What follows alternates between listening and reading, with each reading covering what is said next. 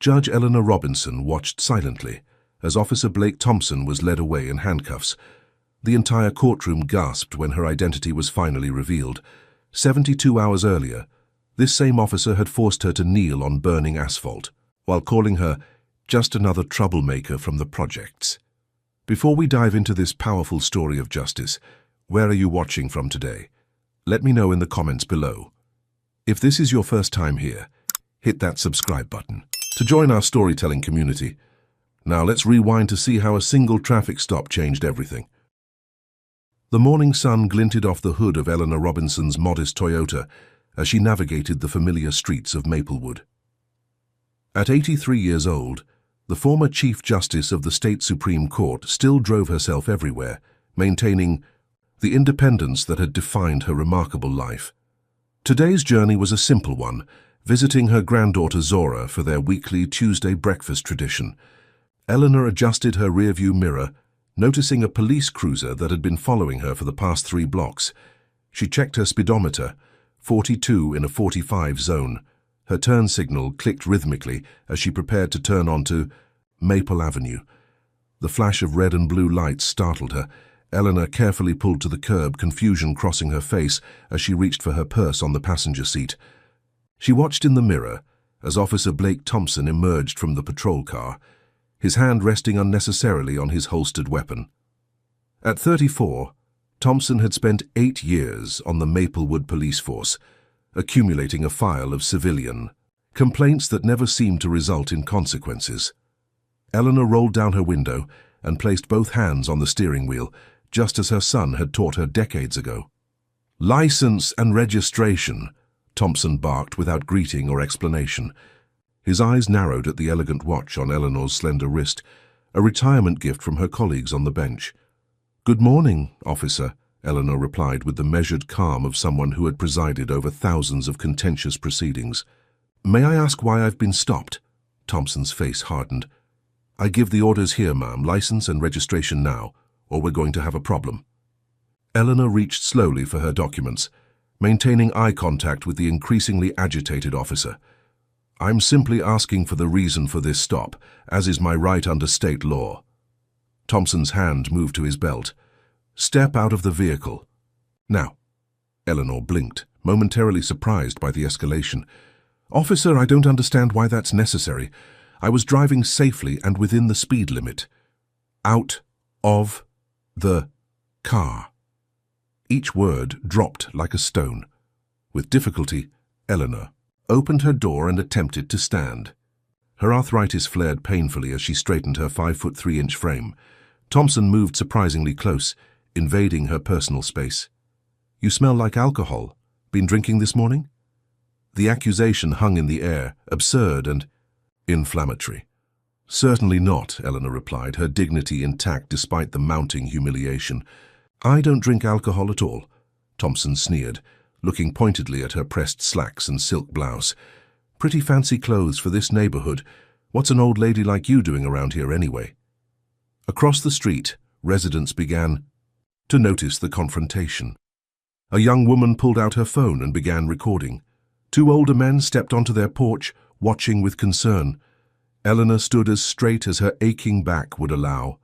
"I'm visiting my granddaughter who lives 3 blocks from here. Again, officer, I would appreciate knowing why I've been stopped." "Spread your arms and legs.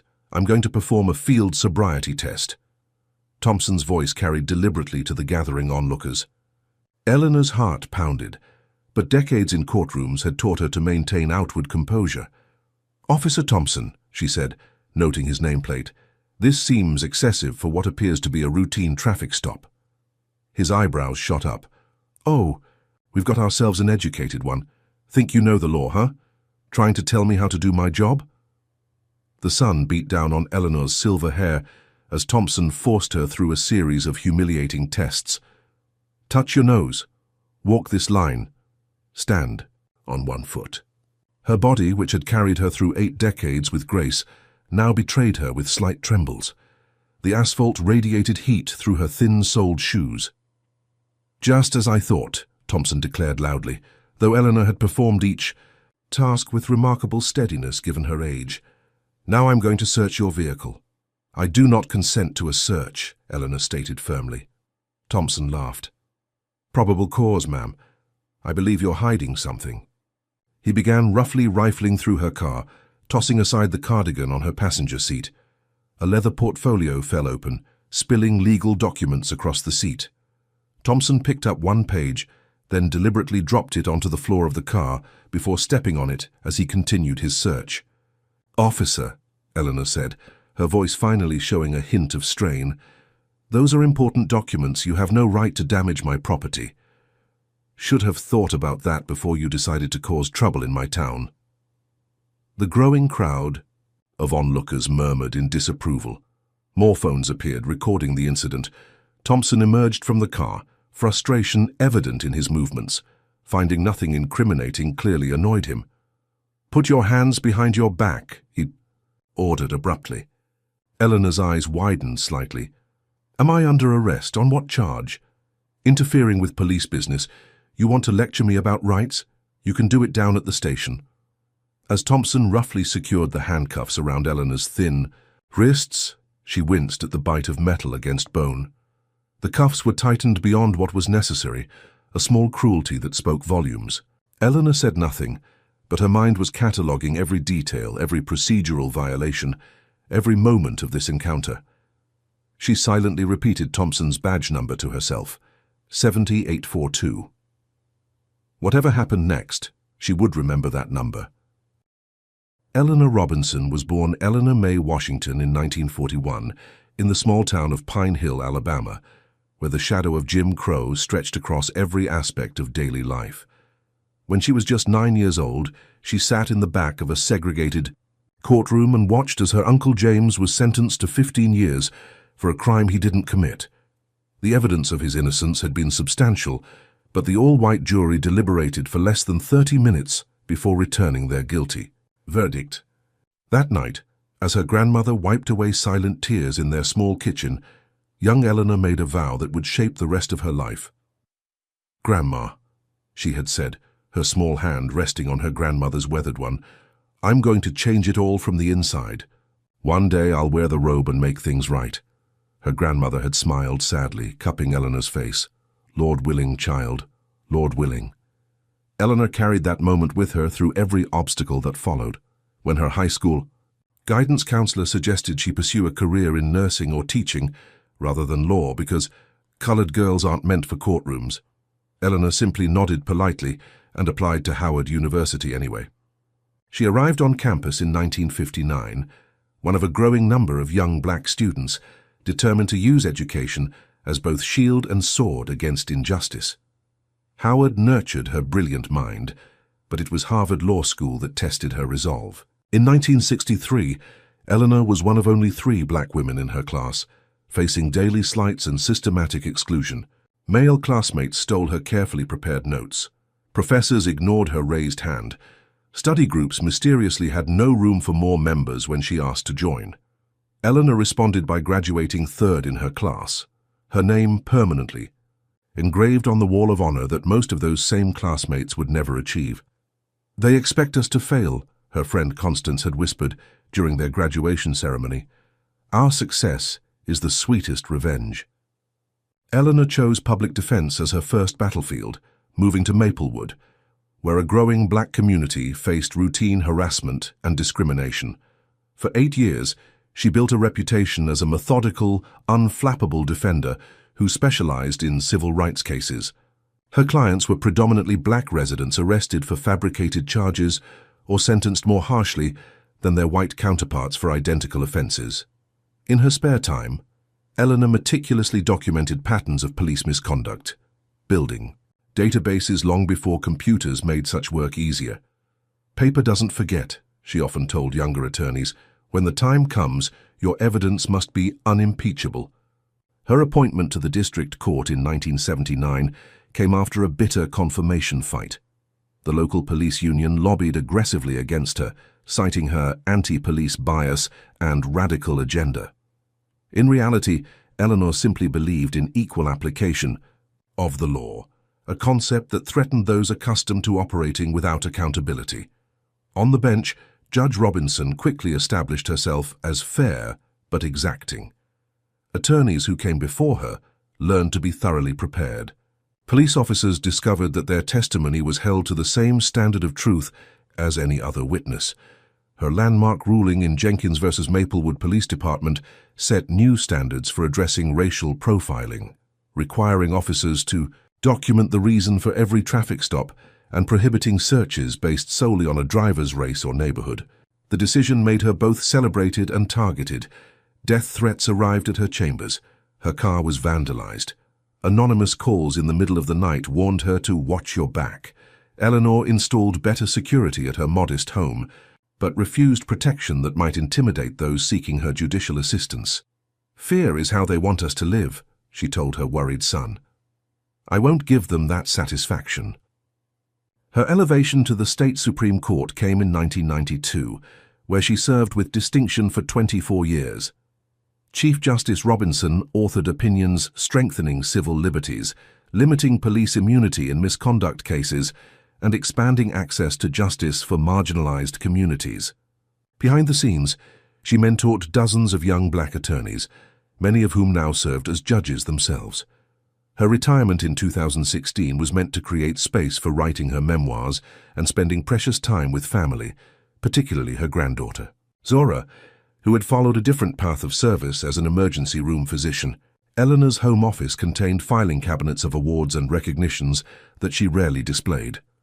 Honorary doctorates from 7 universities, the Liberty Medal, the NAACP's highest honor, and a Presidential Medal of Freedom.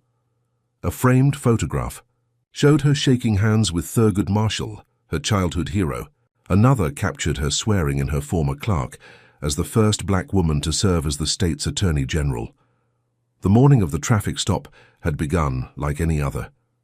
Eleanor had risen at 5:30, completed her daily meditation practice, and prepared for her breakfast with Zora.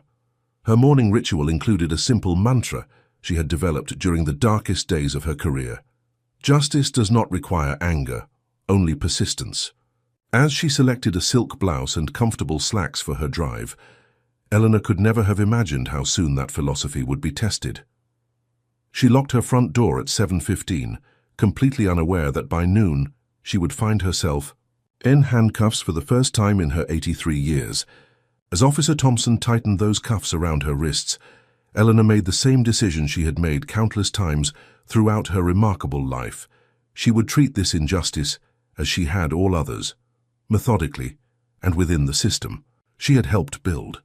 This officer had no idea who he had just arrested, but he would learn soon enough.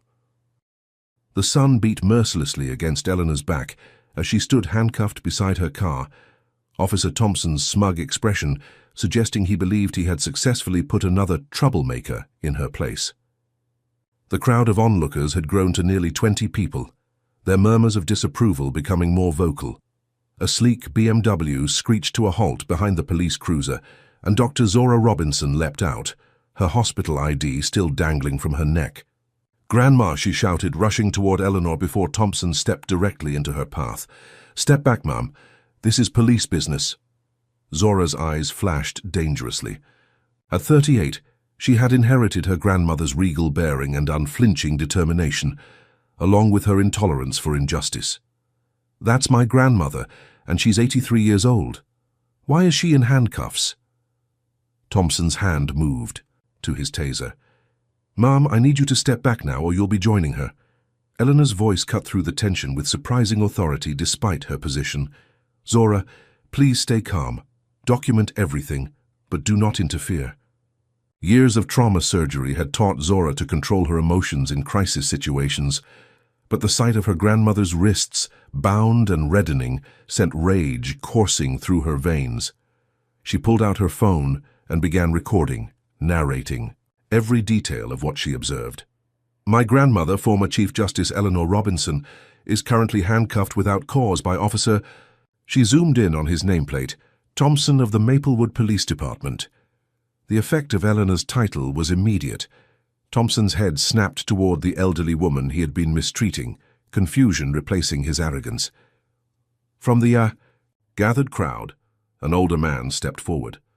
"Judge Robinson, is that really you? I covered your Jenkins decision for the Tribune back in '85. The man pulled out a press badge.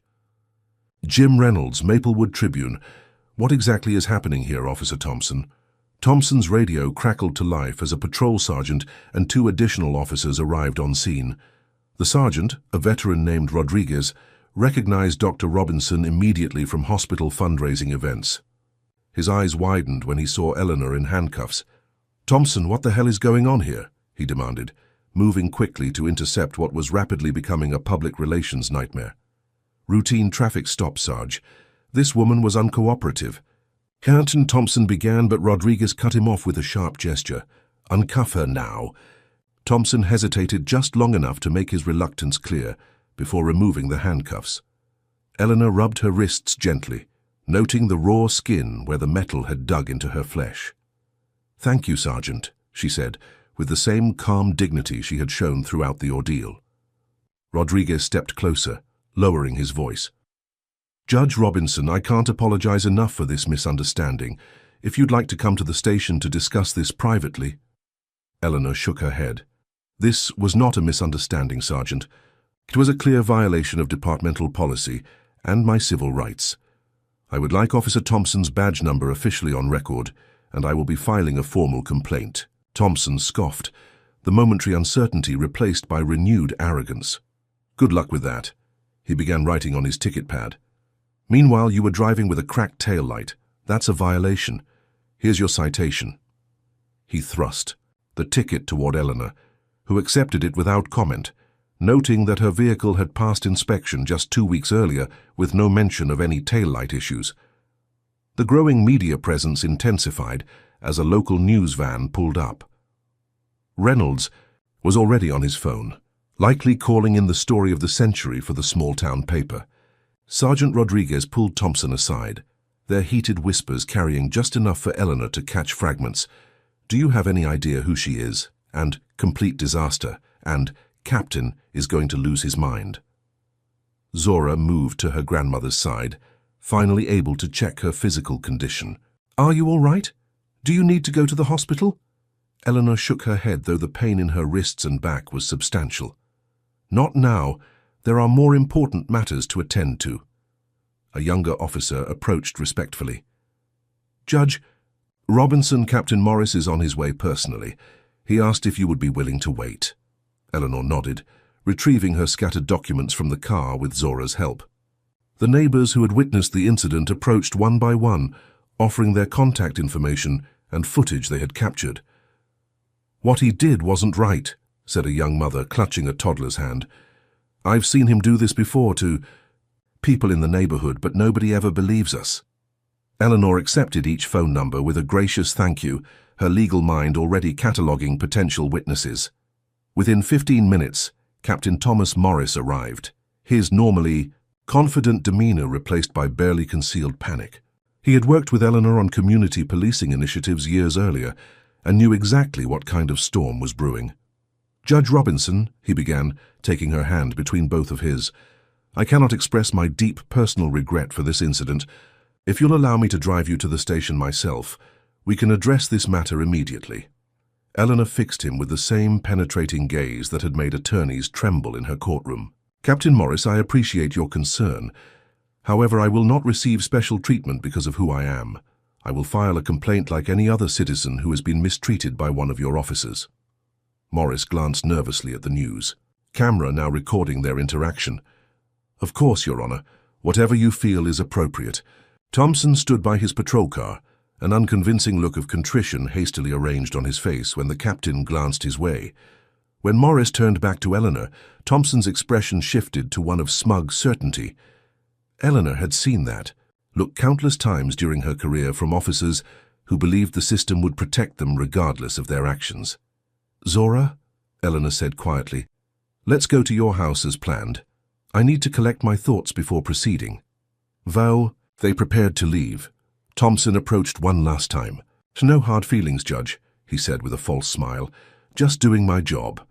Eleanor regarded him silently for a long moment. "Officer Thompson, in my 24 years on the Supreme Court, I heard thousands of excuses for inexcusable behavior. Yours is among the least convincing." She turned away, allowing Zora to help her into the BMW. As they drove the short distance to Zora's home, Eleanor remained unusually quiet. Finally, Zora broke the silence. "Grandma, please tell me you're going to pursue this. He can't be allowed to treat people this way." Eleanor gazed out the window at the neighborhood she had known for decades. "Did I ever tell you about the database I've been compiling?" Zora glanced over, surprised. "What database?" "Traffic stops in Maplewood, specifically in predominantly black neighborhoods. Patterns of officer behavior, outcomes, citations versus warnings based on race. I've been collecting data for months through public records requests and community surveys." Eleanor's voice took on the precise tone she had used when outlining a complex legal argument. "Today's incident was not isolated, Zora. It's part of a pattern that extends far beyond Officer Thompson." The car pulled into Zora's driveway, but neither woman moved to exit. "So, what are you going to do?" Zora asked. Eleanor turned to her, granddaughter, determination hardening her features. "This stops now, not just for me. Would you have maintained the same composure as Eleanor if faced with such blatant discrimination? Comment number 1 if you believe patience and strategic thinking are more powerful than immediate outrage. Or comment number 2 if you think Eleanor should have been more forceful in standing up to Officer Thompson right away. Don't forget to hit that like button if you admire Eleanor's dignity under pressure, and subscribe to hear how she systematically dismantles a corrupt system. What do you think will happen when the police department realizes exactly who they've messed with? Stay tuned to find out. The fluorescent lights of the Maplewood Police Department's Internal Affairs Division cast harsh shadows across Eleanor's face as she completed the complaint form with meticulous precision. Her penmanship, perfected through decades of legal notations, filled every line with damning detail.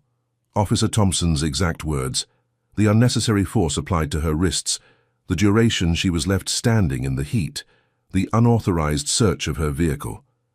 Lieutenant Diana Freeman, head of Internal Affairs, observed with growing discomfort as the distinguished former jurist documented 27 separate policy violations during the 40-minute encounter. "Judge Robinson," Freeman said carefully, after Eleanor signed the final page, "I want to assure you personally that this complaint will receive our highest attention. Captain Morris has already initiated an expedited review process." Eleanor capped her fountain pen and returned it to her purse.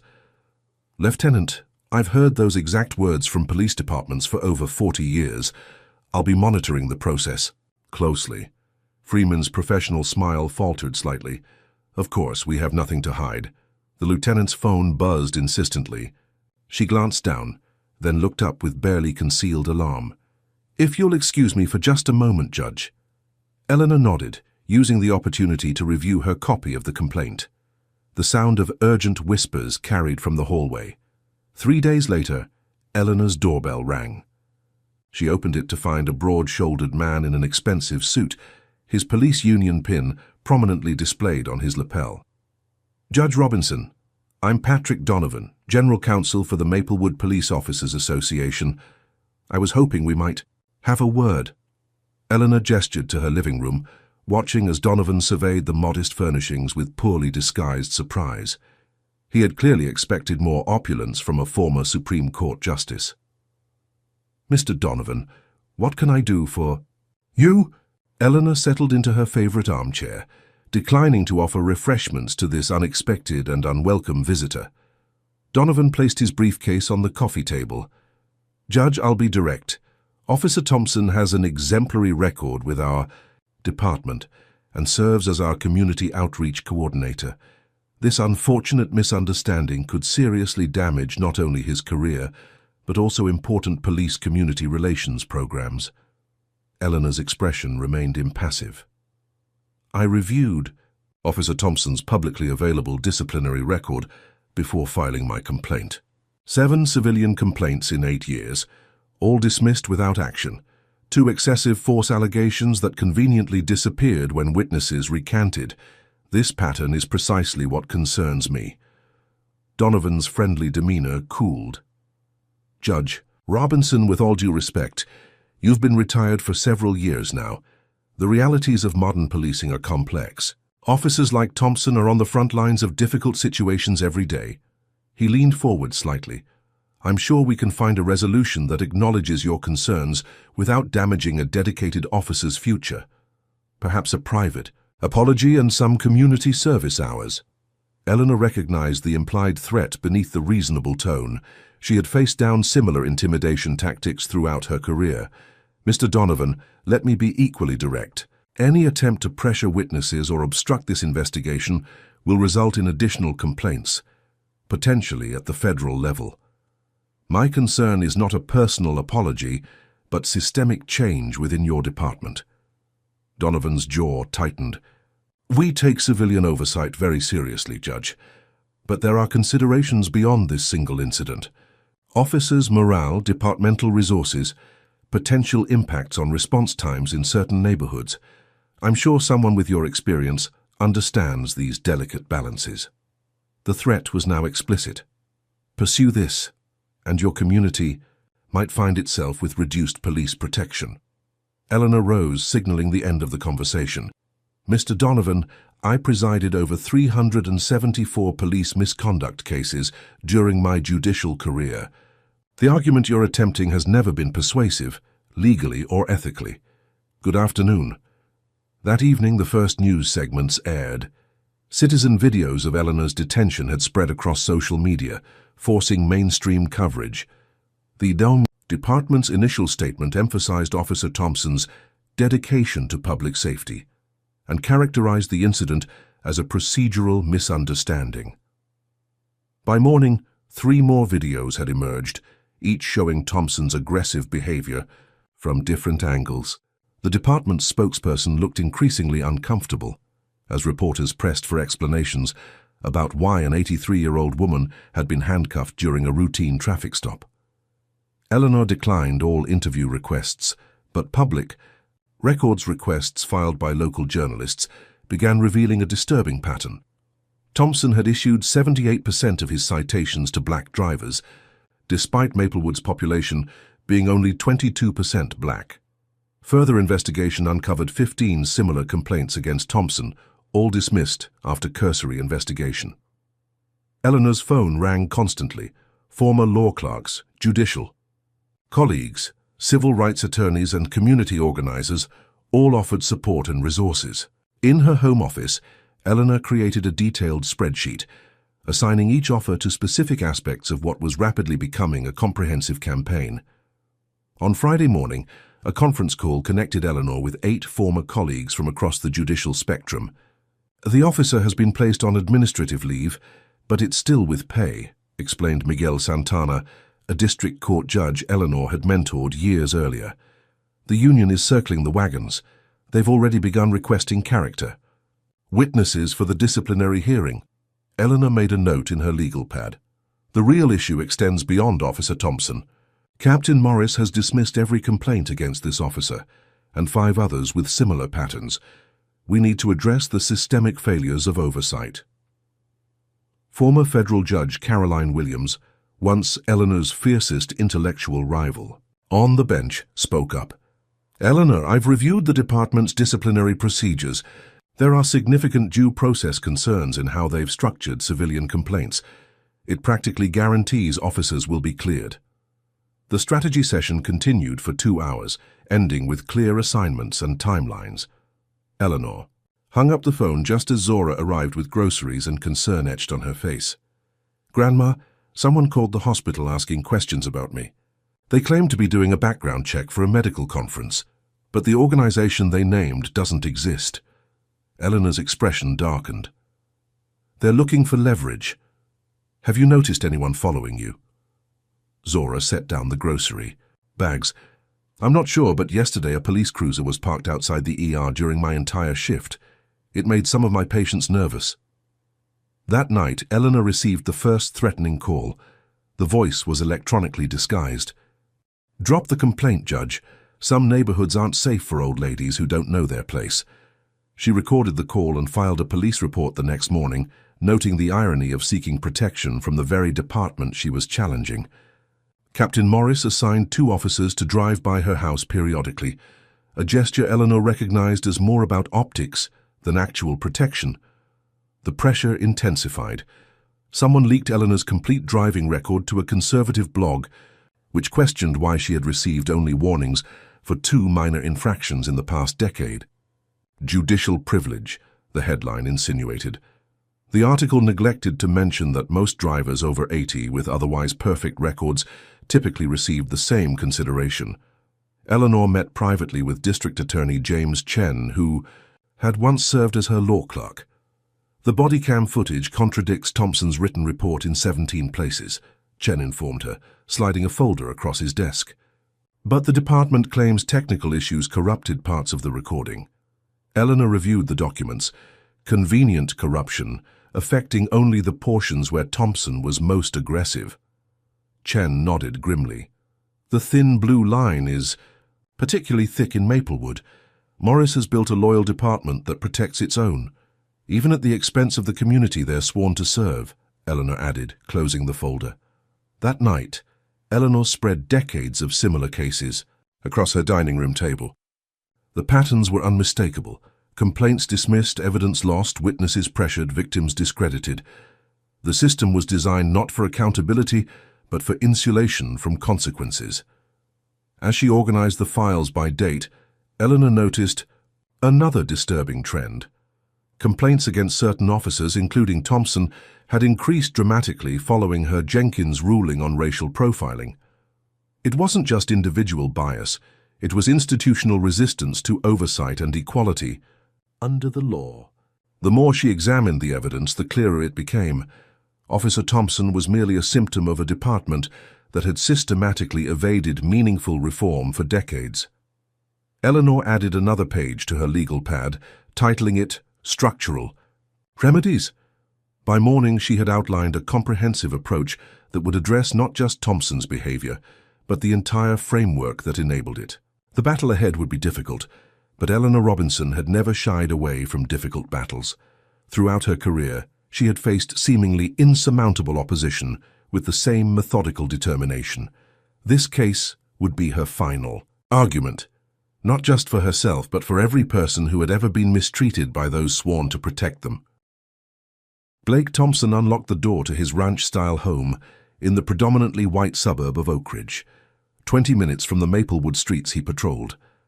The sound of evening news filtered from the living room where his wife Rebecca sat, folding laundry, her attention fixed on the television. "They're talking about you again," she called as he dropped his keys in the ceramic dish by the door. The dish had Blue Lives Matter emblazoned across it, a Christmas gift from Rebecca's brother, himself a state trooper. Thompson loosened his tie and moved to the refrigerator, grabbing a beer before joining his wife. On screen, Captain Morris was giving another carefully worded statement about reviewing all aspects of the incident and maintaining public trust while supporting our officers. Rebecca muted the television. "This is complete garbage, Blake. You were just doing your job." She reached for his hand, her expression fiercely supportive. That old woman was probably confused and combative. They're not showing that part. Thompson took a long swallow of beer. "Thanks, babe." He didn't correct her assumptions. The truth of the encounter with Judge Robinson wasn't something he cared to examine too closely, even with himself. Blake Thompson had grown up in rural poverty, the son of a factory worker, who lost his job when the plant moved overseas. His childhood home had been filled with resentment toward minorities who took advantage of the system, while good, hard-working Americans struggled. His father's bitterness had shaped Blake's worldview long before he ever put on a badge. The police academy had offered structure, respect, and a path out of generational poverty. Thompson excelled at physical training and weapons handling, though his academic scores had been mediocre. What he lacked in constitutional law knowledge, he made up for in confidence and an uncanny ability to gain the trust of supervisors. His first partner, a 20-year veteran named Gaines, had taught him the unwritten rules of policing, which violations to overlook in good neighborhoods, which people deserved extra attention, and most importantly, how to write reports that justified any action taken in the field. "The street and the paperwork are two different worlds," Gaines had explained. "What matters is the story you tell afterward." Thompson had learned this lesson well. His personnel file contained 7 civilian complaints that had all been resolved, in his favor, largely due to his careful documentation and the backing of fellow officers who corroborated his version of events. Two excessive force allegations had seemed potentially serious until the witnesses suddenly became unavailable or changed their stories. Thompson never asked how his union representative had arranged these convenient developments. His phone buzzed, with a text from Officer Marcus Wilson. "Meeting at O'Malley's tonight, 8 p.m. Important." Thompson sent a quick reply confirming his attendance. O'Malley's bar was a known police hangout where officers could speak freely without fear of civilian ears. Rebecca sensed his tension. "It'll blow over, Blake. It always does." She squeezed his hand. "People forget quickly these days. Next week there'll be some new outrage for them to obsess over." Thompson nodded, but uncertainty gnawed at him. Judge Robinson wasn't like other complainants. She understood the system. From the inside, had connections throughout the legal community and possessed resources most civilians lacked. His union representative had called earlier that day, sounding uncharacteristically concerned. "This one's different, Thompson. This judge has pull with people who matter. Keep your head down and let us handle it." O'Malley's was already crowded when Thompson arrived that evening. A group of officers occupied the back room, the door closing behind him as he entered. Sergeant Rodriguez was there, along with 6 other officers from Thompson's shift, and 3 he recognized from internal affairs. Captain Morris was noticeably absent. "Thompson," Rodriguez nodded toward an empty chair, "we've been discussing your situation." Officer Wilson slid a beer across the table. "The captain's under pressure from City Hall. The mayor's office is getting calls from the governor, for Christ's sake." Thompson felt a chill despite the warm room. They can't seriously be considering termination over a routine stop. The old lady was interfering with my investigation. The officers exchanged glances. Lieutenant Hayes from Internal Affairs leaned forward. "Thompson, you detained a former Chief Justice of the State Supreme Court. She literally wrote the book on police oversight legislation. Every lawyer in the state knows her name." Thompson took a long swallow of beer. "So what? The law applies to everyone," Hayes continued, his voice lowering. "Her granddaughter is on the hospital board that approves our medical benefits. Her former clerks include 2 federal judges, the current Attorney General, and the legal counsel for the Police Standards Commission. This isn't just any complaint." Rodriguez added, "The body cam footage is problematic. Your written report doesn't match what the video shows." Thompson felt sweat beading on his forehead. The camera malfunctioned. It does that all the time. "Convenient," Rodriguez muttered, just loud enough to hear.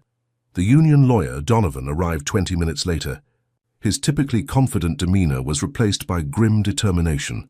"Here's where we stand," he announced without preamble. "Judge Robinson has rejected any private resolution. She's demanding a formal hearing and has filed additional complaints regarding witness intimidation." Thompson sat up straighter. "What intimidation? I haven't contacted anyone." Donovan gave him a hard look. "Someone called her granddaughter's workplace. Someone else has been parking police cruisers near her house at night, off duty. Cut it out, all of you. She's documenting everything." The strategy session continued late into the night. Thompson should avoid public statements. He should emphasize his community service work. He should gather character witnesses, particularly minorities he had helped during his career. Most importantly, he should stick to the official narrative. He had followed departmental procedures with a cooperative citizen. The handcuffs were a brief safety precaution, and any discomfort was unintentional and regrettable. As Thompson drove home, his confidence had partially returned. The system had protected him before. The worst outcome would likely be a letter in his file and some mandatory sensitivity training. The following morning, Thompson logged into his personal social media accounts, something Captain Morris had explicitly warned officers not to do during active investigations. His private Facebook page, visible only to trusted friends, contained posts that contradicted his public image as a community-oriented officer. Memes mocking black activists, comments about entitled minorities, and jokes about thugs filled his timeline. Thompson had always been careful to maintain a separation between these private views and his professional persona. He scrolled through recent messages, finding several from fellow officers expressing support, along with a disturbing number from former academy classmates now distancing themselves from him. His direct messages contained something even more concerning, an anonymous note with a simple warning, "They're looking at everything, delete now." Thompson immediately began scrubbing his accounts, but uncertainty lingered about what might have already been captured by screenshots. That afternoon, Thompson met with Donovan to prepare for his disciplinary hearing. The lawyer seemed increasingly agitated as they reviewed the official paperwork. "Your body cam was functioning properly that day, Thompson. Tech services recovered most of the footage." Thompson's mouth went dry. "But the report said—" "I know what the report said." Donovan cut him off. "Someone in the department tried to bury it, but Judge Robinson's team filed a preservation order that trumps departmental procedures. The full footage will be played at your hearing."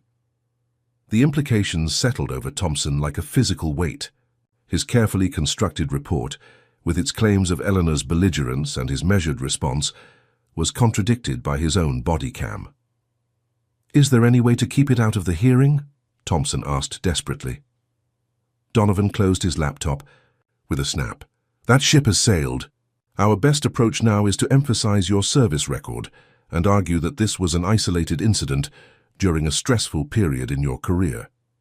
As days passed, Thompson felt increasingly isolated. Officers who had once invited him for drinks now found excuses to avoid him. Captain Morris passed him in the hallway without acknowledgement. Even Rodriguez, who had initially seemed supportive, now kept conversations strictly professional. Thompson's certainty that the system would protect him began to crumble under the weight of this new reality. His wife noticed the change. "You're not sleeping, Blake. This is affecting your health." Rebecca's concern was genuine, but her suggested solution revealed her fundamental misunderstanding of the situation. "Why don't you just apologize to her? Women that age appreciate respect. Take her some flowers. Tell her you were having a bad day." Thompson couldn't explain that this wasn't about hurt feelings or misunderstandings. Judge Robinson wasn't seeking an apology. She was systematically dismantling the protective structures that had insulated officers like him from consequences throughout their careers. The night before the disciplinary hearing, Thompson sat alone in his garage, staring at old performance reviews praising his proactive policing and attention to suspicious activity. The coded language had once seemed like validation of his approach to law enforcement. Now, in the harsh light of scrutiny, those same phrases revealed a pattern of targeting certain citizens based on factors beyond their behavior. A text message interrupted his thoughts. "Parking lot now." Thompson found Officer Wilson waiting beside his truck, glancing nervously around the empty police station parking area. "They're throwing you under the bus," Wilson said without greeting. "Morris met with the review board privately this afternoon. They're going to recommend termination and possible criminal charges for filing false reports." Thompson felt the blood drain from his face. "They can't do that. The union is cutting a deal to protect broader department interests," Wilson interrupted. "You're the sacrifice that keeps this from becoming a department-wide investigation." As Wilson drove away, Thompson leaned against his car, the reality of his situation finally crystallizing. The system he had trusted to protect him was designed primarily to protect itself. Individual officers were expendable when the alternative was exposing structural problems. Thompson had always seen himself as part of an unbreakable brotherhood. Now he realized he was merely a useful cog until he became a liability.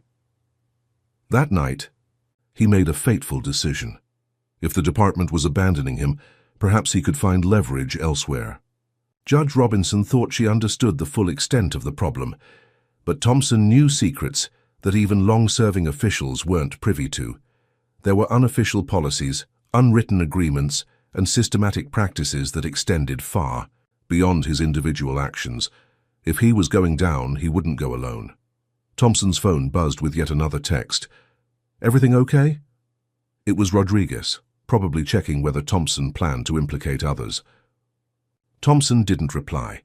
Tomorrow's hearing would be unlike anything the department expected. He wasn't going to play the role of contrite officer seeking forgiveness. Eleanor Robinson wanted the truth about policing in Maplewood. Thompson would give her more truth than she had bargained for. The morning light filtered through Eleanor's kitchen window, illuminating a shocking display across her front lawn. Overnight, someone had spray-painted crude racial slurs in bright red letters that stretched from sidewalk to porch. The roses she had tended for decades lay trampled, their broken stems a painful metaphor for the escalating situation. Eleanor stood motionless at her window, teacup halfway to her lips, as she absorbed the violation of her peaceful sanctuary. The ringing phone broke her trance. "Grandma, don't go outside." Zora's voice was urgent. "I'm 5 minutes away. The police are already on their way." Before Eleanor could respond, a news van pulled up to the curb. Word traveled quickly in Maplewood. Eleanor set down her teacup with deliberate calm and straightened her cardigan. By the time she opened her front door, 3 officers were stringing yellow tape around her property, while a crime scene technician photographed the hateful graffiti. Captain Morris himself stood awkwardly on the sidewalk, his expression a mixture of embarrassment and genuine concern. "Judge Robinson, I cannot express how disturbed we are by this deplorable act." Eleanor acknowledged him with a slight nod. "I assume Officer Thompson has an alibi for last night." Morris flinched at the directness of her question. "Judge, there's no evidence that any police officer was involved in this vandalism." "Then you won't mind providing Thompson's whereabouts as a matter of elimination?" Eleanor's voice remained steady despite the violation she felt. Before Morris could respond, Zora's BMW screeched to a halt. She rushed to her grandmother's side, enveloping the older woman in a protective embrace. "This is intimidation, plain and simple," Zora declared loudly enough for nearby reporters to hear. "And it's only happening because my grandmother filed a legitimate complaint against your department." Eleanor gently extracted herself from Zora's arms. "Let's not jump to conclusions without evidence," she said, though her private thoughts aligned with her granddaughter's assessment. The following day brought another escalation. Zora called from the hospital parking lot, her voice tight with controlled fury. "All 4 of my tires have been slashed. Security cameras were conveniently malfunctioning in this section of the garage." Eleanor added this incident to her growing documentation of apparent retribution. The pattern was familiar from her years on the bench, increasing pressure designed to make the complainant abandon their pursuit of justice. Local news coverage reflected the community's deepening divide. The Maplewood Tribune ran a balanced account of the original incident and subsequent events, while social media exploded with conflicting narratives. An anonymous police source claimed Eleanor had actually been intoxicated during the traffic stop, a ludicrous allegation given her lifelong abstinence from alcohol.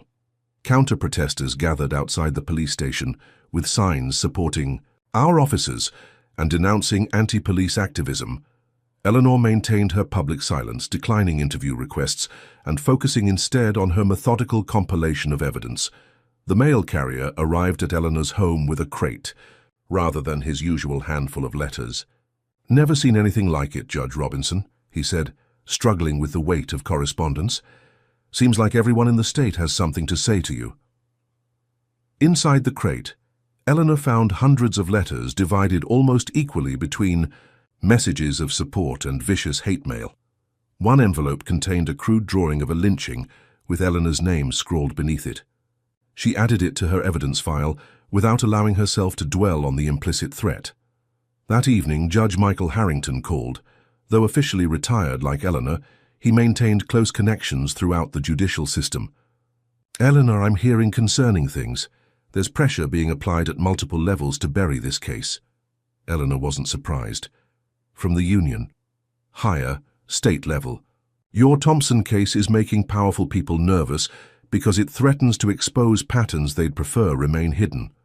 Several judges have received calls suggesting that supporting you might impact their futures." Eleanor considered this information carefully. "Thank you for telling me, Michael. I assume you're taking a risk by doing so." His soft chuckle carried decades of shared history. "At our age, what more can they do to us? I just wanted you to understand what you're up against." The following morning brought a formal letter from the police department. Captain Morris had authorized a settlement offer of $50,000, along with a non-disclosure agreement, that would prevent Eleanor from discussing the case publicly. She placed the letter in her evidence of obstruction file without bothering to respond. The communities division became increasingly visible. Lawn signs appeared throughout Maplewood, some reading, "We stand with Judge Robinson," and others declaring, "Support our police." Local businesses found themselves forced to take sides as customers demanded to know their position on the controversy. Eleanor observed these developments with the analytical mind that had made her a formidable jurist. The pressure tactics were backfiring, bringing greater attention to the very issues the department hoped to suppress. Her phone rang constantly. Civil rights organizations offered legal support. Former defendants from Thompson's arrests called with stories of similar mistreatment. Journalists requested documents and interviews. Eleanor maintained her strategic silence while methodically building her case. Thompson himself attempted to seize the narrative, giving an exclusive interview to a sympathetic radio host. He portrayed himself as a dedicated officer, being sacrificed to political correctness. "I followed my training and department procedures," he insisted. "If those procedures are now being questioned because the subject was a former judge, that's the real injustice." Here, Eleanor listened to the interview with clinical detachment, noting each falsehood for future refutation. Later that day, Zora arrived at Eleanor's home with disturbing news. "Someone accessed my patient files at the hospital. The system shows they log in from the police department's IP address." Eleanor's expression hardened. "That's a federal HIPAA violation." Zora nodded grimly. "And it gets worse. Judge Watkins called me." Anthony Watkins had once been Eleanor's clerk and now served on the federal bench. "He's been warned to recuse himself from any cases related to your complaint." They mentioned his daughter's college, application to State University, where the police chief's brother serves as dean of admissions. The systematic nature of the pressure campaign confirmed Eleanor's suspicions. This was not merely about Officer Thompson, but about protecting an entrenched system. That night, as Eleanor reviewed her case notes, her secure email pinged with a message from an anonymous address. The subject line read simply, "Evidence you need." The attachment contained unedited body cam footage from Thompson's encounter with Eleanor, clearly showing his unprovoked aggression and procedural violations. The accompanying message was brief. "Not everyone in the department wants to be on the wrong side of history." Eleanor immediately contacted her cybersecurity expert to authenticate the footage before adding it to her evidence file. The following day, Thompson and 4 other officers were seen meeting at a restaurant outside town limits. A sympathetic waitress reported overhearing discussions about making sure the old lady drops this before we all get burned. Eleanor added this information to her growing documentation of witness intimidation. As the disciplinary hearing approached, the pressure intensified from unexpected directions.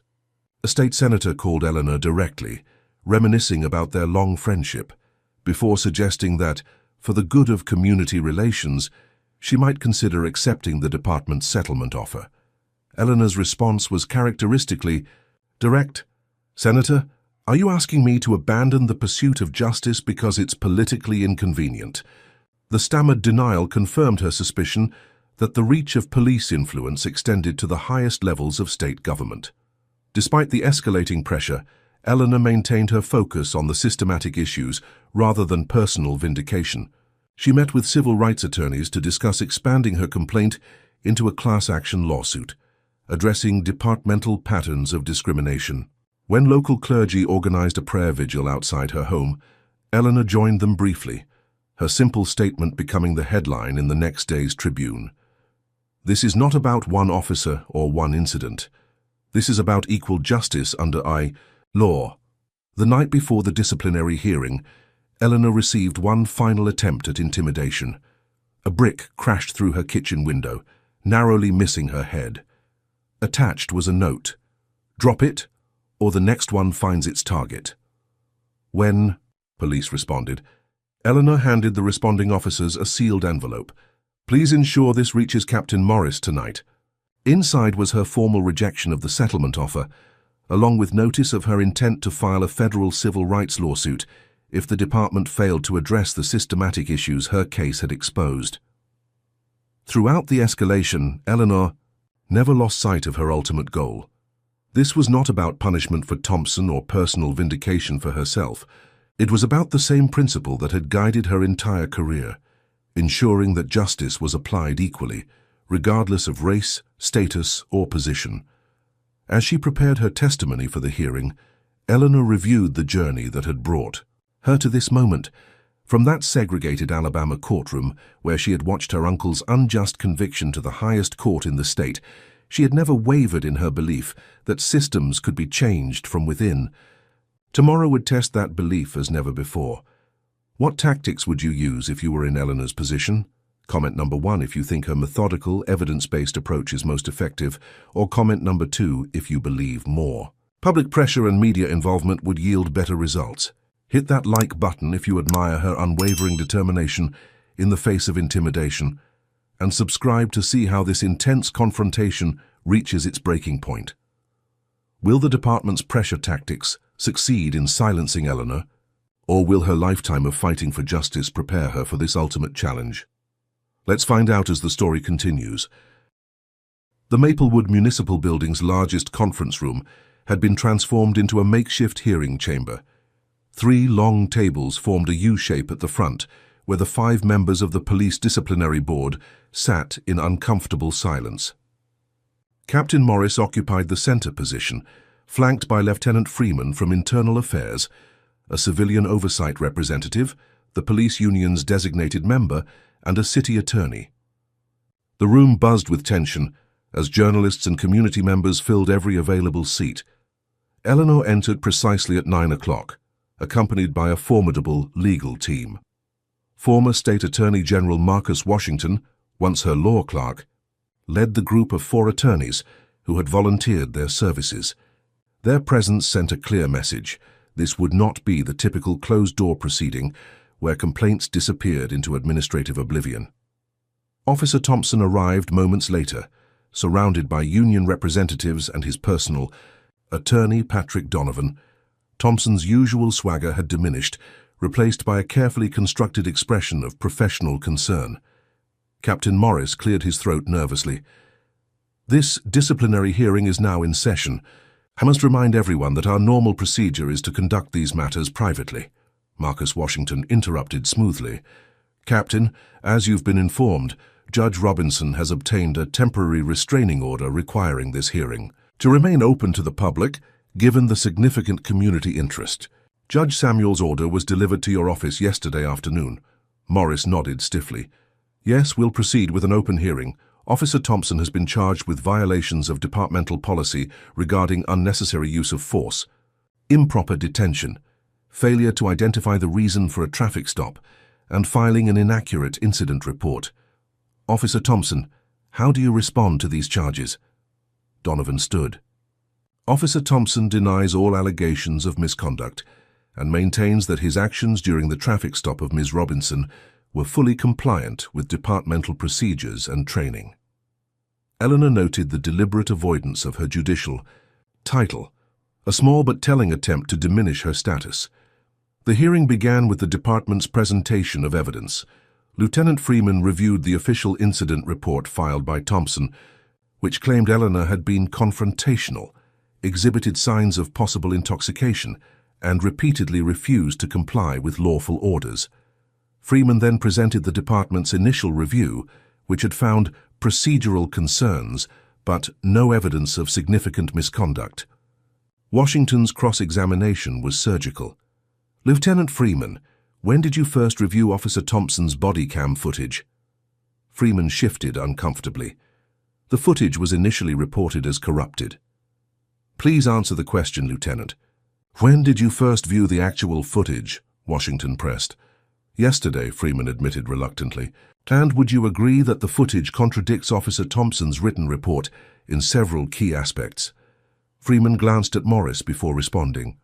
"There are discrepancies." The civilian oversight representative, Dr. Claudia Bennett, spoke up. "I'd like to request that we view the body cam footage now before proceeding further." Despite objections from Thompson's team, the footage was displayed on the room's large screen. The unedited video showed the entire encounter from Thompson's perspective, including his aggressive approach to Eleanor's vehicle, his refusal to state the reason for the stop, and his escalating hostility despite her calm compliance. Most damaging was the clear audio capturing Thompson's derogatory comments about Eleanor's appearance and his assumption that she didn't belong in the good neighborhood. When the footage ended, the room remained silent for several long moments. Eleanor's face betrayed no emotion, though the public viewing of her humiliation tested her composure. Thompson stared straight ahead, avoiding eye contact with everyone in the room. Washington stood. The video evidence directly contradicts Officer Thompson's written statement in 17 specific instances, which we have enumerated in our supplemental filing. Most significantly, at no point does Judge Robinson display any behavior that could reasonably be interpreted as confrontational or indicating intoxication. Thompson's testimony came next. Donovan had clearly coached him extensively, as his account now acknowledged possible misperceptions and regrettable miscommunications, while maintaining that his actions were motivated by safety concerns rather than any improper bias. In the moment, I believed I was following protocol for an uncertain situation, Thompson stated. If Judge Robinson felt disrespected, that was never my intention. Washington's cross-examination stripped away this carefully constructed narrative. Officer Thompson, in the past 3 years you've conducted 462 traffic stops. 360 of those stops involved black drivers, despite black residents making up only 22% of Maplewood's population. Can you explain this disparity? Thompson's rehearsed composure cracked slightly. I don't keep track of the race of drivers I stop. I respond to violations as I observe them. Washington displayed a map of Thompson's patrol activities. Your stops of white drivers occur primarily on Main Street and commercial areas, while your stops of black drivers are concentrated in residential neighborhoods, particularly those with higher property values. Do you have an explanation for this pattern? Objection, Donovan interjected. This goes beyond the scope of today's hearing. Captain Morris seemed relieved by the interruption. Sustained. Let's keep our focus on the specific incident involving Judge Robinson. Washington nodded respectfully. Very well, Officer Thompson, you stated in your report that you observed Judge Robinson's vehicle had a cracked taillight, which was your reason for the initial stop. However, the inspection records show her vehicle passed the state inspection 2 weeks before this incident, with no noted deficiencies. Additionally, photographs taken immediately after the stop show no damage to either taillight. How do you explain this discrepancy? Thompson's jaw tightened. I reported what I observed at the time. So either the state inspector missed the defect, it occurred, and was repaired within those 2 weeks, or Washington let the implication hang in the air. Thompson's face flushed. I know what I saw. Washington changed tactics. Officer Thompson, are you familiar with Judge Robinson's landmark ruling in Jenkins versus Maplewood Police Department? Thompson glanced at Donovan, who gave a slight shake of his head. Not specifically, no. The ruling that required officers to document the specific reason for every traffic stop and prohibited searches based primarily on a driver's race or neighborhood. Thompson's expression hardened. I'm aware of departmental requirements. In fact, Officer Thompson, did you not tell Officer Wilson, and I quote, that Robinson lady thinks she can change how we police, but she'll see who really runs these streets? Did you make that statement 3 years ago at Officer Garcia's retirement party? The room erupted in murmurs as Thompson's face drained of color. I don't recall any such statement. Washington produced an affidavit. Officer Garcia has provided a sworn statement recalling this conversation in detail. Would you like to revise your testimony? Donovan jumped to his feet. This is outrageous. These alleged statements from years ago have no bearing on the current matter and constitute character assassination. Captain Morris seemed increasingly uncomfortable. Mr. Washington, please confine your questions to the incident at hand. Washington smiled slightly. Captain, the officer's prior statements regarding Judge Robinson speak directly to his mindset during their encounter, but I'll move on. For nearly 3 hours, Washington methodically dismantled Thompson's account, contrasting his testimony with video evidence, witness statements, and departmental policies. Throughout the questioning, Eleanor remained silent, her judicial training allowing her to maintain perfect composure despite the painful revisiting of her humiliation. When Thompson stepped down, visibly shaken, Eleanor finally rose to testify. The room fell completely silent. Without notes or preparation, Eleanor recounted the incident with precise detail, her narrative matching the video evidence exactly. She spoke without emotion about the physical discomfort of tight handcuffs on her arthritic wrists, the humiliation of being forced through sobriety tests on a public street, and the violation of having her personal property damaged during an unwarranted search. When she finished her factual account, Washington asked one final question. "Judge Robinson, in your expert legal opinion, what should happen as a result of this incident?" Eleanor looked directly at Captain Morris rather than Thompson. "This is not about punishing one officer for one incident. This is about acknowledging and addressing patterns of behavior that undermine public trust and violate constitutional protections. Officer Thompson's actions reflect training, supervision, and cultural issues within the department that require systematic remedies." As the hearing approached its fifth hour, Thompson's composure finally shattered under Washington's relentless questioning about contradictions between his report and the video evidence. "You don't understand what it's like out there," he burst out, his carefully constructed professional demeanor crumbling. "We're trying to keep these neighborhoods safe, and people like her," he pointed accusingly at Eleanor, "want to tie our hands with technicalities and paperwork. Sometimes you have to set an example." The room fell silent at this unintended revelation. Washington let the moment hang in the air before quietly asking, "Set an example of whom, Officer Thompson?" Thompson realized his error too late. "You didn't mean to say the quiet part out loud," Washington finished for him. No further questions. As the hearing concluded, Captain Morris announced that the board would deliberate in private and issue their recommendation within 72 hours. Eleanor gathered her materials calmly, ignoring the reporters shouting questions as she exited the building. Outside, a large crowd had gathered, divided between supporters holding "Justice for Judge Robinson" signs and a smaller group of police supporters. Eleanor paused at the top of the steps, surveying the scene with the same measured gaze that had once assessed competing legal arguments from the highest bench in the state. In that moment, looking at the division her case had created, she realized that whatever the board decided, the true work of healing the relationship between police and community was just beginning. The real victory wouldn't be Thompson's punishment, but the opportunity to implement meaningful, lasting change. As she descended the steps, Eleanor was unaware that her calm dignity in the face of injustice had already accomplished what decades of policy debates had not. It had made the abstract concept of discriminatory policing concrete and personal for thousands of citizens who had previously been unmoved by statistics and studies. In her humiliation and her methodical pursuit of justice, Eleanor Robinson had become the human face of a systemic problem that could no longer be ignored. Captain Thomas Morris sat alone in his office, staring at the disciplinary board's draft recommendation. The document proposed Officer Thompson's immediate termination, criminal referral for filing false reports, and a department-wide review of traffic stop procedures and racial bias training. After 32 years in law enforcement, Morris recognized a career-ending document when he saw one. Not just for Thompson, but potentially for himself and several other commanding officers. His phone had been ringing constantly since the hearing concluded.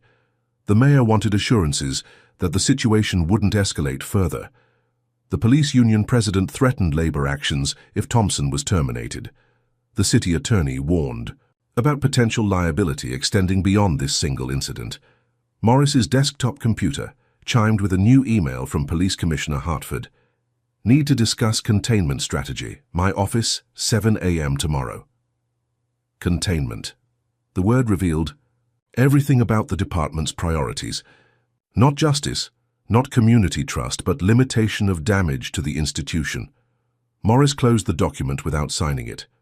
Across town, Eleanor sat at her dining room table with Zora and Marcus Washington, reviewing their next steps. The hearing exposed more than Thompson's individual misconduct, Eleanor observed. The attempts to suppress evidence, The pattern of similar complaints, the coordination between officers to maintain consistent narratives, these point to systematic issues. Washington nodded. We've received 11 calls since the hearing from other citizens claiming similar treatment by Thompson and 4 other officers, all black, all stopped in predominantly white neighborhoods, all subjected to searches without clear probable cause. Zora checked her phone, which had been buzzing constantly. The hospital board just received a letter from the police union, suggesting that officers might be unavoidably delayed when responding to emergency calls if the hospital continues to participate in anti-police activism by supporting me and Grandma. Eleanor's expression hardened. Document everything. That's a clear threat of selective enforcement which violates equal protection guarantees. Their strategy session was interrupted by an urgent call from Judge Michael Harrington. Eleanor, something's happening.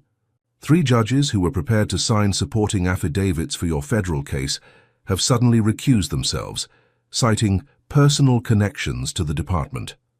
And Anthony Watkins called me in a panic. His daughter's university application has been flagged for additional review, despite her perfect academic record. The coordination of the resistance confirmed Eleanor's suspicions about how deep the problem extended. This was no longer about a single officer, but about a system mobilizing all its resources for self-preservation. The next morning brought news that the police union had called an emergency meeting. Officers throughout the department were being asked to contribute to Thompson's legal defense fund and participate in solidarity activities.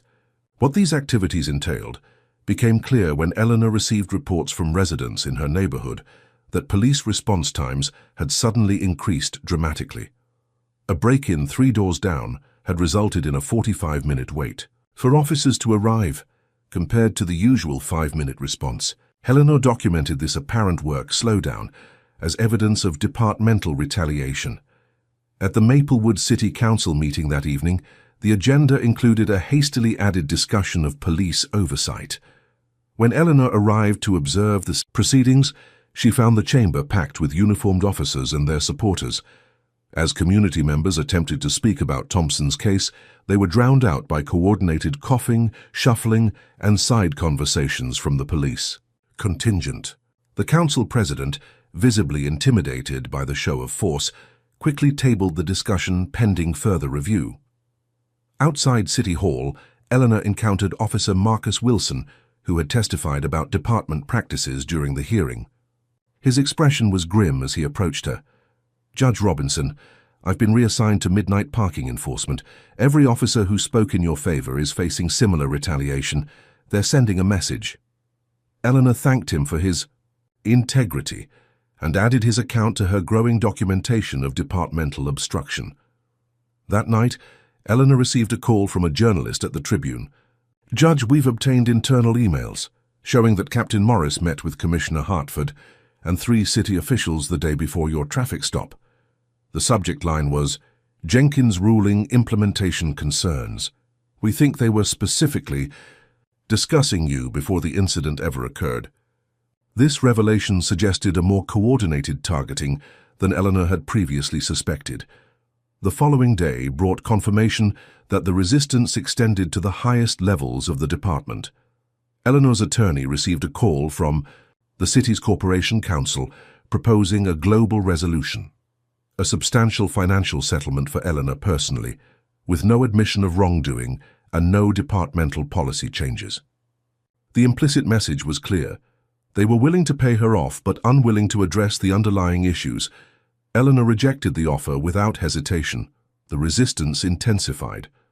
Thompson gave another radio interview, now portraying himself as a victim of political correctness and claiming that Eleanor's crusade was endangering public safety by making officers hesitant to enforce the law in certain neighborhoods.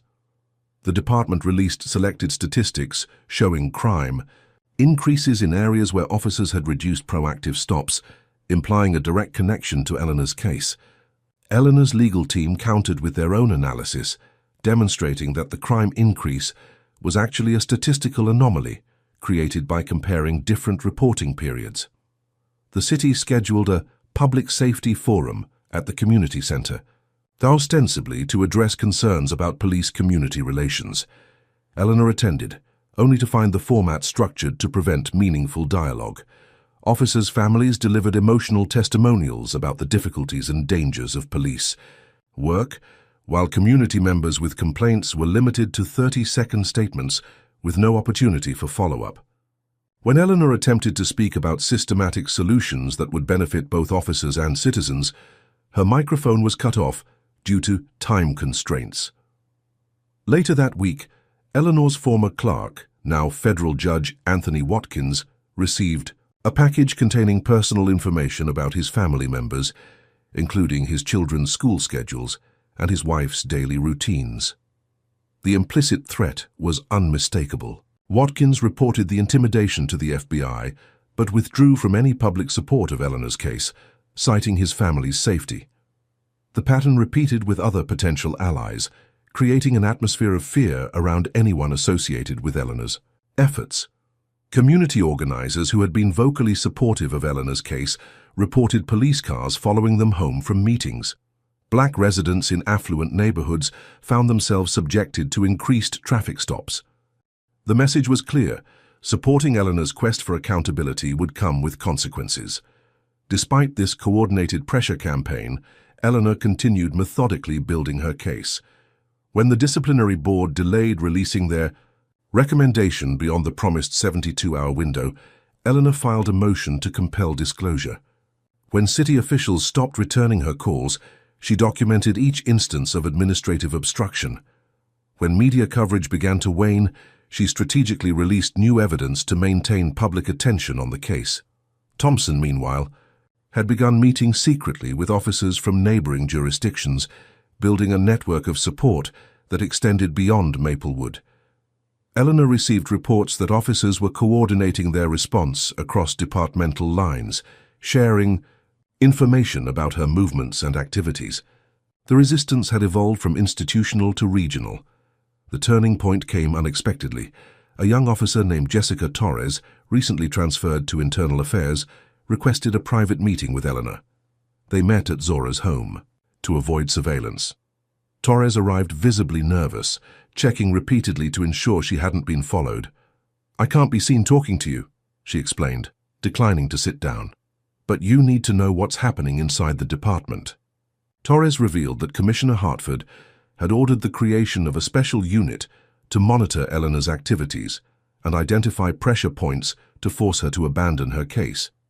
This unit operated outside normal departmental structures, reporting directly to Hartford and maintaining no official records of its activities. "They're accessing databases they have no authority to search," Torres explained. "Banking records, medical information, driving histories, phone records, anything they can use." She handed Eleanor a flash drive. "This contains evidence of their operations, including a direct order from Hartford to find something we can use against the judge. I've made copies and secured them with multiple attorneys in case anything happens to me." Eleanor recognized the enormous risk Torres was taking. "Why are you doing this?" Torres looked directly at Eleanor for the first time. "My grandmother marched with Dr. King. She taught me that systems don't change unless good people force them to change. What happened to you could happen to anyone who looks like me or my family." After Torres left, Eleanor reviewed the files on the flash drive. They revealed a conspiracy far more extensive than she had imagined, reaching beyond Thompson, to the highest levels of the department, and even to state officials. The systematic effort to protect not just Thompson, but the entire structure of unaccountable policing was now undeniable. Eleanor convened an emergency meeting with her legal team. The evidence from Torres transformed their case from an individual complaint to potential federal charges including conspiracy, civil rights violations, and obstruction of justice. As they prepared to escalate the case to federal authorities, Eleanor received one final attempt at intimidation. Commissioner Hartford himself appeared at her door, unannounced and alone. "Judge Robinson," he began without greeting, "this situation has gone far enough. You've made your point. Now it's time to consider the greater good of the community." Eleanor regarded him coolly. "The greater good is precisely what I'm considering, Commissioner." Hartford's facade of professionalism slipped slightly. Do you really want to tear apart this department? Create chaos in law enforcement, just to prove a point about one unfortunate incident? Eleanor's response was measured but unyielding. This was never about one incident, Commissioner. It's about a system that views accountability as an attack, rather than a necessary component of justice. Hartford's expression hardened. You have no idea what you're unleashing. There are aspects of policing the public doesn't understand and shouldn't be exposed to. Are you threatening me, Commissioner? Eleanor asked quietly. Hartford straightened his tie. I'm simply suggesting that wisdom sometimes means knowing when to let go of a fight, even when you believe you're right. After he left, Eleanor added the conversation to her documentation. The implied threat only strengthened her resolve to expose the full extent of the department's resistance to accountability. That night, as Eleanor finalized her federal complaint, she reflected on the extraordinary mobilization against her relatively straightforward request for justice. The intensity of the resistance revealed just how threatened the power structure felt by the prospect of genuine accountability. They had deployed every tactic in their considerable arsenal to silence her: intimidation, bureaucratic obstruction, community division, personal attacks, and now direct threats. In their desperate effort to maintain the status quo, they had inadvertently exposed the very system of protection and privilege that Eleanor sought to reform. Tomorrow, Eleanor would file her federal case with evidence that went far beyond Thompson's individual misconduct. The department's resistance had transformed a complaint about one officer's behavior into a comprehensive challenge to a system built on unequal application of justice. As she organized the final documents, Eleanor felt a sense of clarity about the task ahead. The resistance she had encountered confirmed the importance of her fight. Meaningful change never came easily, especially to institutions built on unquestioned authority. But Eleanor Robinson had spent her entire life working within systems to transform them, and she would not stop now when the need was so clearly demonstrated by the very forces aligned against her. The Maplewood Municipal Building's largest meeting room could barely contain the crowd that had gathered for Officer Thompson's final disciplinary hearing. Every seat was filled, with people standing 3 deep along the walls. National media had joined local outlets, their cameras positioned strategically to capture the historic proceeding. Eleanor sat composed at the complainant's table, flanked by her legal team. Across the room, Thompson appeared noticeably diminished, his once confident posture replaced by the slumped shoulders of a man who sensed the inevitable. Commissioner Hartford and Captain Morris sat stiffly at the administration table, their faces carefully neutral despite the career-defining moment unfolding before them. The disciplinary board entered silently, led by Lieutenant Freeman, whose troubled expression suggested the difficulty of their deliberations. Captain Morris opened the proceedings with uncharacteristic formality. After reviewing all evidence and testimony, this board is prepared to announce its findings and recommendations regarding Officer Blake Thompson's conduct during the traffic stop and detention of Judge Eleanor Robinson. A hushed anticipation fell over the room as Morris continued. The board finds that Officer Thompson violated departmental policies regarding proper cause for traffic stops, appropriate use of restraints, accurate reporting, and professional conduct. Additionally, the board finds evidence of bias in Officer Thompson's actions, contrary to our core values and training. Thompson's attorney began to object, but Morris raised his hand to continue. Before announcing our recommendations, new evidence has come to light that must be addressed. He nodded to the technician at the back of the room. This complete body cam footage was recovered yesterday through digital forensics. The screen displayed Thompson's unedited body cam recording, including portions previously claimed to be corrupted. The new footage revealed Thompson following Eleanor's car for several blocks before activating his lights, with no visible traffic violation. More damaging was the clear audio of Thompson speaking to dispatch before approaching her vehicle. Got another one of these people in the nice neighborhood. Let's see what they're really doing here. The room remained absolutely silent as the video continued, showing Thompson's escalating hostility despite Eleanor's perfect compliance. When the footage ended, Morris spoke into the stillness. Based on this complete evidence and our investigation, The board unanimously recommends Officer Thompson's immediate termination from the Maplewood Police Department. Additionally, we are referring the matter to the District Attorney's Office for potential criminal charges regarding false reporting and civil rights violations. Thompson stood abruptly. "This is a setup. You're sacrificing me to save yourselves." His attorney tried to restrain him, but Thompson shook off the hand. "You all know damn well this is how we've been trained to police these neighborhoods. Now you're pretending I'm some rogue officer." The outburst confirmed what Eleanor had maintained throughout. Thompson's actions reflected systemic issues rather than individual misconduct. As officers moved to escort the now shouting Thompson from the room, Eleanor finally spoke. "Captain Morris, if I may address the board."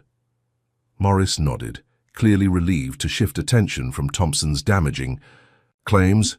Eleanor rose slowly, the weight of her 83 years evident in her careful movements, but contrasted by the sharp clarity of her voice. This case was never about Officer Thompson alone.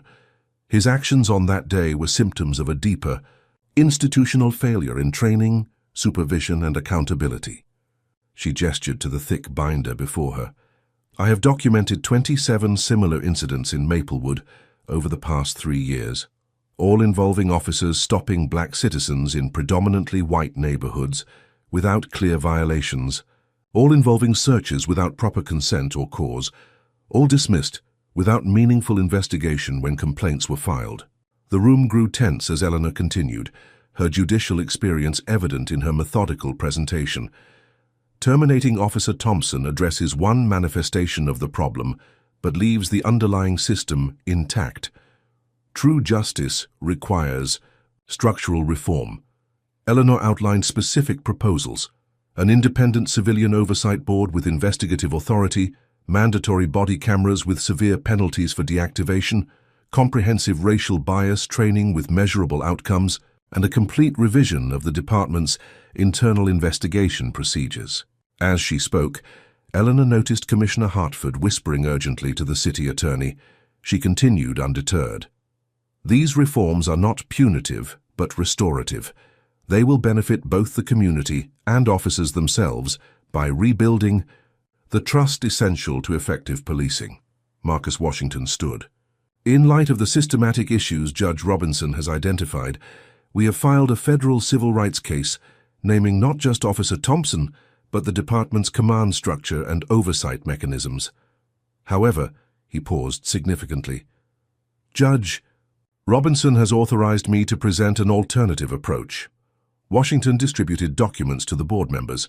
This consent decree would implement comprehensive reforms while avoiding protracted litigation. It represents an opportunity for Maplewood to become a model for police accountability, rather than another cautionary tale. The board members exchanged uncertain glances, clearly unprepared for this development. Captain Morris cleared his throat. "We'll need to review this proposal with appropriate officials before responding." Eleanor nodded. "Of course, I should note that 63 citizens have already joined our federal filing as co-plaintiffs, all with documented experiences similar to mine. The Department of Justice has expressed interest in filing an amicus brief supporting our position on the systematic nature of these violations. The implied threat was clear: fight this, and the entire department would face federal scrutiny." Hartford's face had turned an alarming shade of red. The hearing concluded with the formal announcement of Thompson's termination, effective immediately. As attendees filed out, Thompson made a final desperate attempt to approach Eleanor. "You've ruined my life," he accused, officers holding him back. "Was that worth it to you?"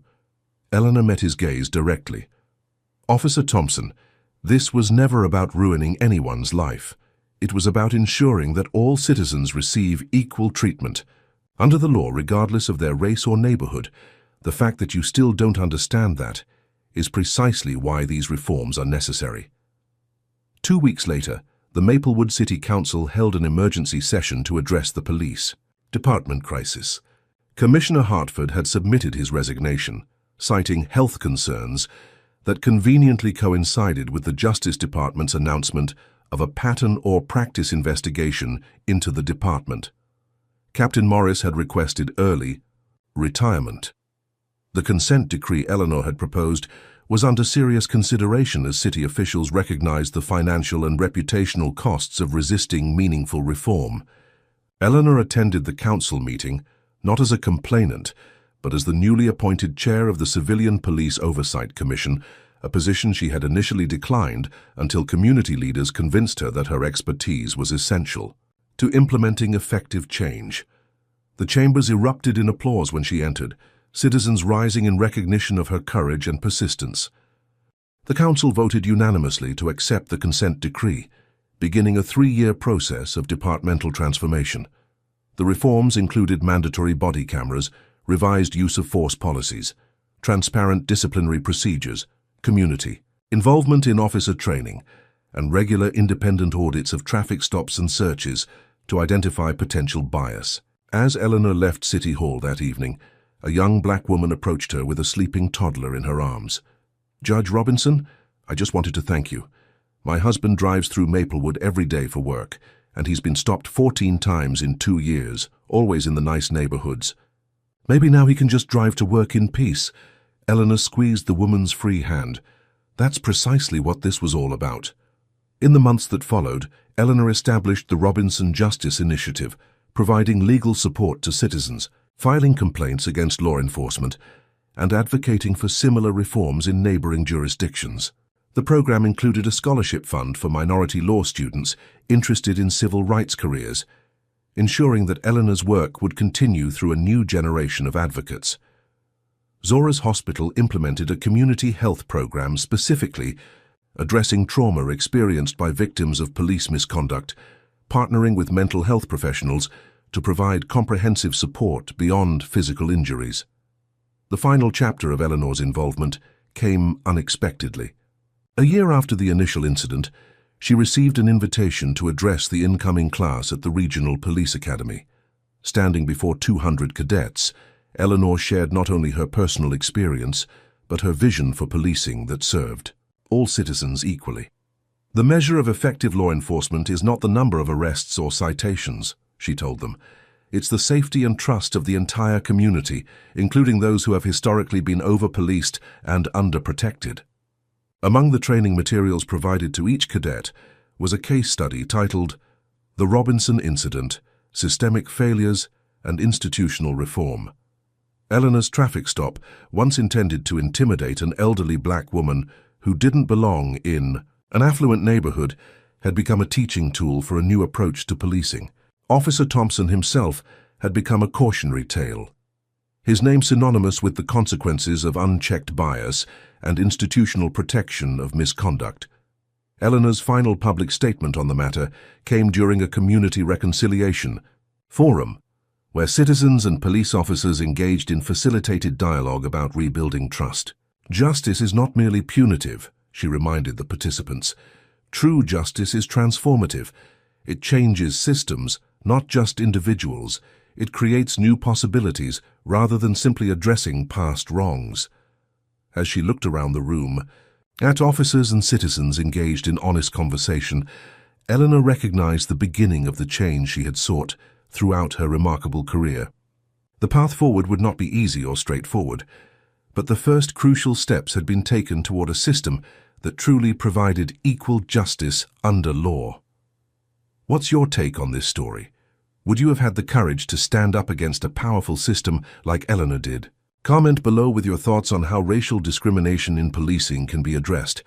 If you believe in the importance of fighting systemic injustice, hit that like button to help more people see this story. Subscribe to our channel for more powerful narratives that expose social inequities and celebrate those who fight to overcome them. And please share this video with someone who needs to understand the real human impact of racial profiling and the power of determined resistance. Thank you for joining us in this important conversation. Together, we can create the change our communities deserve. Eleanor Robinson's story illuminates powerful truths about justice and systemic change. First, true transformation requires both personal courage and strategic action. Eleanor's methodical documentation proved more effective than outrage alone could ever be. Second, systems protect themselves instinctively. The coordinated resistance Eleanor faced reveals how deeply entrenched problematic practices become within institutions. Third, accountability requires persistence. Had Eleanor accepted the settlement or backed down under pressure, nothing would have changed for countless others facing similar treatment. Fourth, justice work demands community. Eleanor succeeded, not through isolation, but by mobilizing a network of allies across multiple spheres of influence. Fifth, dignity is a powerful weapon against dehumanization. By maintaining her composure and refusing to be diminished, Eleanor reclaimed the power Thompson attempted to strip from her. Lastly, meaningful change happens at both individual and structural levels. Thompson's termination alone wouldn't have transformed the department. The consent decree addressed the underlying system that enabled his behavior. The most profound lesson may be that change is possible even within seemingly impenetrable institutions, when people of principle refuse to accept injustice as inevitable. Eleanor's lifetime of working within systems to transform them proves that persistence, strategy, and unwavering commitment to equal justice can ultimately bend even the most resistant institutions toward fairness. What system of injustice do you see in your own community that needs challenging? Has there been a time when you witnessed discrimination, but stayed silent? Could you find the courage to stand up like Eleanor did? Drop a comment below sharing your thoughts or experiences with confronting unfairness in your world. If Eleanor's dignified resistance in the face of humiliation inspired you, hit that like button to help this story reach others who need to hear it. Subscribe to our channel for more powerful narratives that shine a light on both injustice and the remarkable individuals who fight to overcome it. And please share this video with someone who might not fully understand the reality of racial profiling in America.